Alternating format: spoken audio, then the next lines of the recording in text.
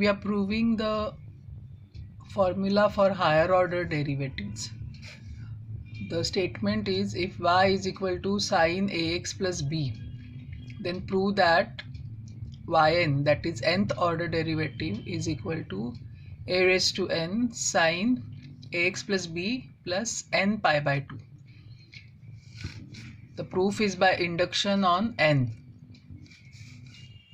For n in n, that is natural number, the statement Pn is written in this manner. Y is equal to sine ax plus b implies yn is equal to a raised to n sine ax plus b plus n pi by 2. First step is to prove P1. So we start with y sine ax plus b, differentiate it once. So we get y1 is equal to, as you know, derivative of sine is cos, and it is a composite function, so sine ax plus b derivative becomes a cos ax plus b,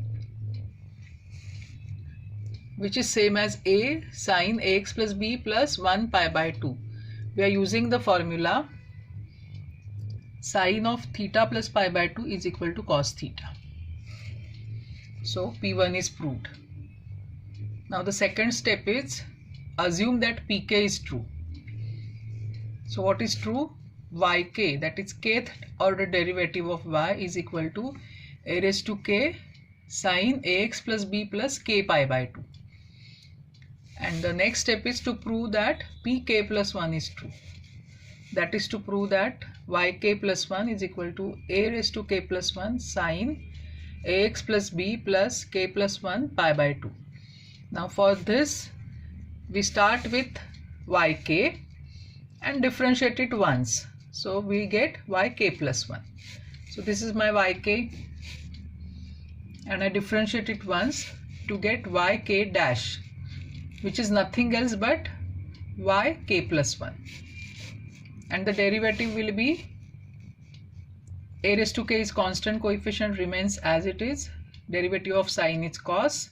So I get a raised to k cos ax plus b plus k pi by 2 as it is, and then into derivative of inside, that is a. Now this a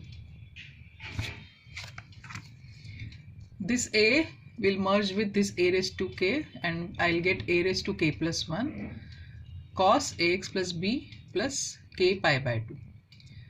Using the same formula as I used here, sine of theta plus pi by 2 is equal to cos theta, I will apply at this step, and I get a raised to k plus 1 sine of ax plus b plus k pi by 2 plus pi by 2. Now this k pi by 2 plus pi by 2 gives me k plus 1 pi by 2, which is nothing else but pk plus 1. So pk plus 1 is true. Hence, by first principle of finite induction, Pn is true for all n in n. So this formula is proved. Remember, you have to know the formula itself so that it can be used for solving examples. You can guess what is the next property. This was for sine, now we have for cos. The statement goes like this. If y is equal to cos ax plus b, then prove that yn is equal to a raised to n cos ax plus b plus n pi by 2. The proof is similar to the first proof. The formula which can be used is cos theta plus pi by 2 is equal to minus sine theta. And you already know the derivative of cos x is minus sine x. So this is homework for you.